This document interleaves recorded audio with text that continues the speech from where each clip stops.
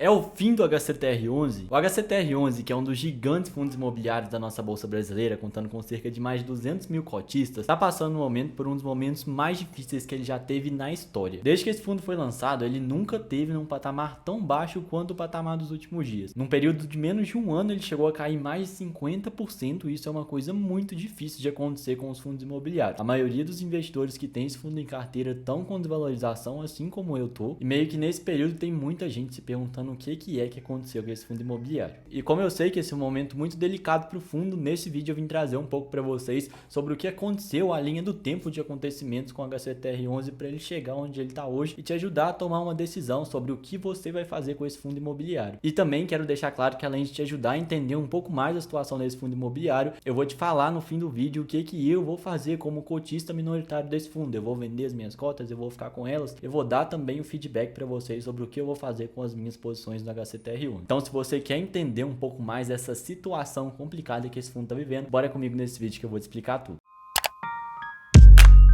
Bom, não sei se vocês acompanhavam o fundo antes, mas muito provavelmente sim. Esse fundo, até o inicinho ali de fevereiro, estava muito tranquilo. O preço dele vinha caindo, né? Mas a gente já desconfiava que essas quedas de preço do fundo eram por conta ali do aumento da taxa Selic. Afinal, com a taxa Selic alta, as pessoas tendem mesmo a abandonar um pouco a renda variável e passar para a renda fixa. Então, como os preços estavam caindo no geral, a gente meio que não duvidava muito e nem criava muita suspeita em cima do HCTR11. Ele caía, mas não caía tanto igual ele está caindo agora. No entanto, tudo começou a ficar nebuloso com esse fundo a partir do dia 14 de fevereiro. Nesse dia, a gente teve algumas notícias aí de que o escritório da Suno, né, a sede da Suno, ela teve um pedido de busca e apreensão lá dentro por conta de uma possível manipulação que a Suno tinha feito para derrubar os preços do HCTR11. A gente sabe que a Suno tem alguns próprios fundos imobiliários ali que ela gerencia, então os gestores do HCTR11 denunciaram a Suno por espalhar algumas notícias ali não recomendando o fundo, e segundo eles, essas notícias espalhadas pela Suno teriam o objetivo de derrubar os preços do HCTR11. A gente sabe que a Suno é muito influente, ela tem diversos influencers ali que atuam e muitas pessoas escutam o que a Suno fala. Então o fundo fez essa denúncia para que a Suno parasse de falar negativamente desse fundo. Depois desse pedido de busca e apreensão que foi feito lá no escritório da Suno e que foi denúncia, né, dos gestores da Hectare, que é a gestora do HCTR11, a Suno veio a público falando que esse pedido, vou até ler aqui para vocês, foi uma degradante tentativa da Hectare de retaliar a atuação firme e independente da Suno na sua atividade de análise de valores imobiliários. Ou seja, de acordo com a Suno, o HCTR11 estava tentando tirar ali a abordagem independente da Suno de falar o que ela quer para falar o que eles queriam, né? Foi pelo menos o que deu a entender. Ele estava teoricamente solicitando para que a empresa parasse de falar mal do fundo a fim de controlar um pouco as quedas do preço. E aí depois dessa confusão que houve com a Suno aí, né? Suno falando de um lado, fundo falando de outro, o mercado já começou a ficar apreensivo a respeito do HCTR11 porque a Suno tem o nome, né? E se eles estão brigando com o fundo é porque teoricamente poderia ter alguma coisa por trás. E aí que começa, né, as contribuições para o preço desse fundo cair. Depois disso, a gente teve mais alguns agravantes em cima desse fundo. O primeiro agravante que aconteceu foi no dia 6 de março, quando o fundo soltou um fato relevante, né? Informou o mercado que o circuito das compras, que é uma das maiores posições em LCI do fundo, não tinha honrado com os pagamentos referentes ao mês de fevereiro. Essa notícia gerou um grande alarde nos investidores, porque a posição que o HCTR11 tem no circuito das compras, né, ela é bem grande, ele representa uma boa parte da receita desse fundo imobiliário. Então, se esse circuito das compras começa a dar calote, começa a não pagar as coisas direito, uma boa parte da receita, dos rendimentos que esse fundo ganha vai ser cortada porque não está havendo pagamento. Então o fundo ia ser bem prejudicado por conta dessa falta de pagamento. E outro ponto que agrava ainda mais a situação do circuito das compras não ter pago o HCTR11 foi por conta de uma outra posição que o HCTR11 tem dentro dele, que é por meio do fundo imobiliário XBXO11. Além do HCTR11 ter várias posições no LCI circuito das compras, que representa uma boa parte da receita dele e que parou de pagar, ele ainda tinha uma boa posição nesse fundo imobiliário, que é um fundo imobiliário que investe especificamente no circuito das compras, que é esse LCI que não estava pagando, que deu calote. Então imagina só, o fundo já ia parar de receber por conta dos LCIs que ele tinha no circuito das compras que não pagou no mês de fevereiro, e além desses LCIs que o fundo tinha no circuito das compras, outra posição que o fundo tinha investido, que é esse fundo imobiliário XBXO, também não ia gerar rendimento, porque todos os rendimentos desse XBXO vêm do circuito das compras que não honrou com os pagamentos. Somando as posições de circuito das compras mais a posição posição nesse fundo que é o XBXO11, o HCTR11 só aí já teria uma redução de 16% na receita. E aí se o mercado já estava desconfiado desse fundo imobiliário por conta da briga lá com a Suno, com essa notícia ficou ainda mais.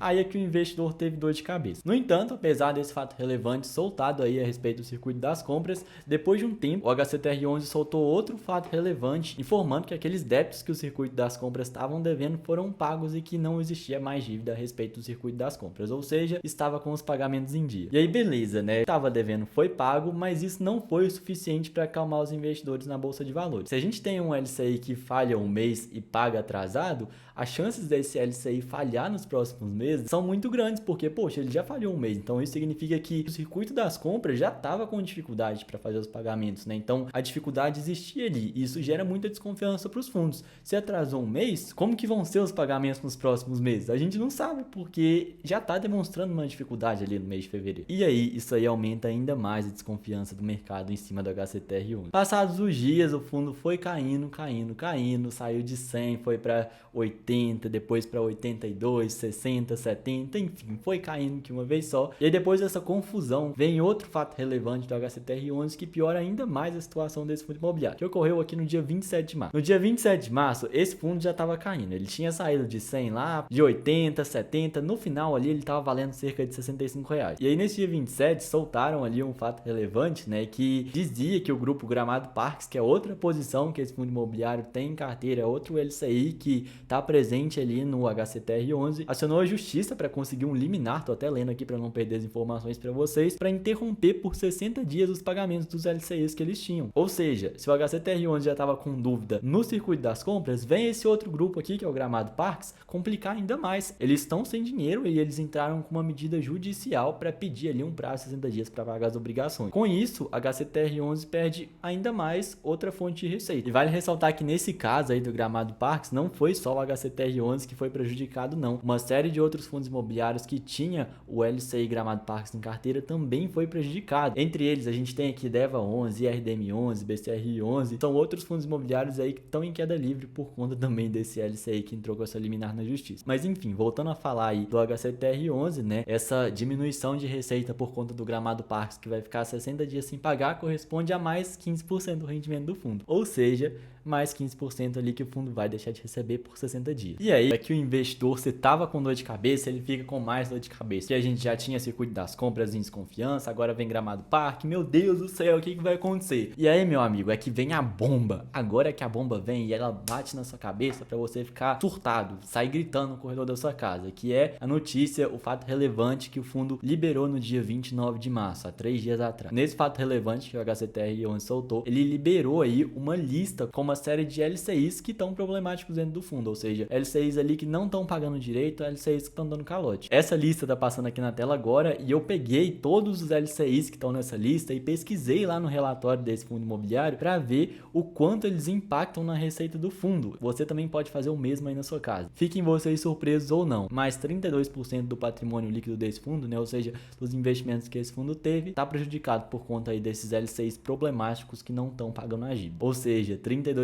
dos recursos que esse fundo imobiliário tinha ali para receber, então tudo duvidoso. Foi por conta disso, dessa bomba aí nos últimos dias, que esse fundo hoje tá valendo aí cerca de R$50. R$50 não, porque hoje ele subiu. Ele tá valendo aqui, ó, vou mostrar para vocês na tela do iPad, ó, R$57,32. Então teve uma leve subida aí, mas tá na média de R$50. Uma baita desvalorização aí pra gente que comprou esse fundo imobiliário na faixa de R$100. Mas aí beleza, agora que vocês já entenderam tudo que aconteceu com esse fundo, né, quais que foram os trâmites, os rolês aí que fizeram o preço desse fundo baixar, agora chega a hora da gente conversar um pouco mais sobre o que a gente pode fazer tendo esse fundo imobiliário em carteira. Aquela pergunta que todo cotista está se fazendo: o que eu faço com esse fundo imobiliário agora? Eu devo comprar para baixar meu preço médio e aproveitar essa queda do fundo? Eu devo vender porque tem chance desse fundo diminuir muito os rendimentos que ele está pagando? Eu devo chorar? Eu devo sair surtando da minha casa? O que eu faço? E a verdade é que a resposta para isso ele não existe. Cada pessoa vai ter que tirar a sua conclusão. E por mais decepcionante que seja ouvir isso, a gente precisa entender que cada pessoa tem um nível de risco e cada pessoa tem que fazer ali o que estiver disposto a correr o risco. Por exemplo, se você é uma pessoa que quer correr muito risco, né, e acredita que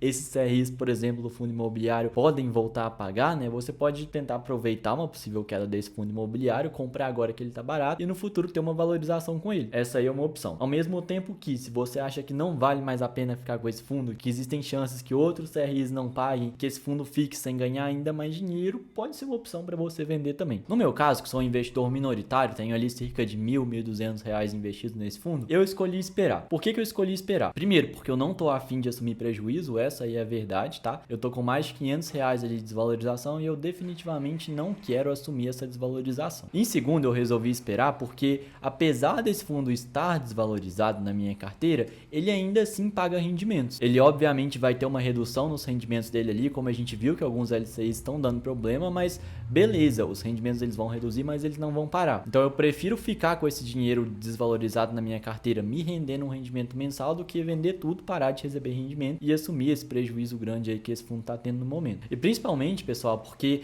é agora que esse fundo imobiliário está no ápice do problema, entendeu? É agora que o problema veio.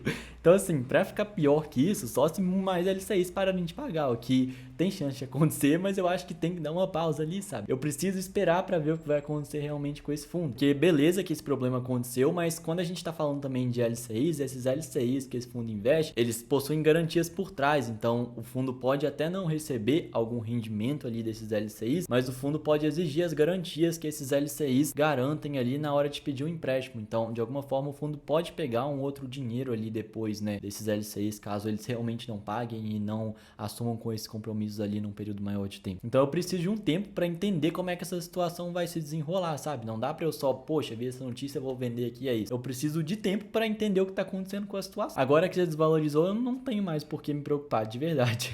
No momento eu decidi que eu não vou comprar mais cotas desse fundo. Confesso para vocês que eu tô com o dedo coçando para comprar mais algumas cotas ali, principalmente porque eu tô com R$150 de dividendos acumulados no saldo da corretora. Então eu poderia facilmente comprar 3 cotas desse fundo sem tirar nenhum tostão do meu bolso, né? Só com dividendos. Tô bem tentado, mas no momento eu acho que eu não vou fazer isso e vou esperar um pouco mais. Nesse momento a gente tem que reconhecer um pouco que tem alguma coisa de errada com esse fundo. Por mais que a gente queira ali no emocional comprar ele, tem que reconhecer que deu problema e que essa gestora precisa ser mais transparente, tem que passar mais informações pra gente, porque, poxa, sinto um pouco que essas informações não estão tão claras quanto elas deveriam estar. O site da gestora tá difícil de acessar, o Instagram da gestora não tá dando muita informação, então a gente precisa ficar mais informado para colocar o nosso dinheiro lá. E aí, à medida que o tempo for passando e eu for verificando mais informações desse fundo, eu vou decidir se eu vou ficar com ele ou não. Como eu invisto pro longo prazo, essa desvalorização que eu tive no HCTR11, ela não impacta em nada da minha vida. Por exemplo, o dinheiro que tá lá é um dinheiro que eu deixei pro longo prazo mesmo, então essas variações agora de curto prazo, elas não importam muito. Realmente tenho tempo para esperar e ver no que vai dar. Obviamente vou acompanhando, se eu ver que a situação tá ficando ainda mais grave, aí eu vou ter que tomar uma providência, mas podem ficar tranquilos que se eu tomar alguma providência, eu venho aqui no YouTube e falo para vocês no mesmo dia, na mesma semana pelo menos. E como eu invisto todos os meses aqui no YouTube, né, vocês também vão verificar o que eu tenho feito com os meus investimentos aí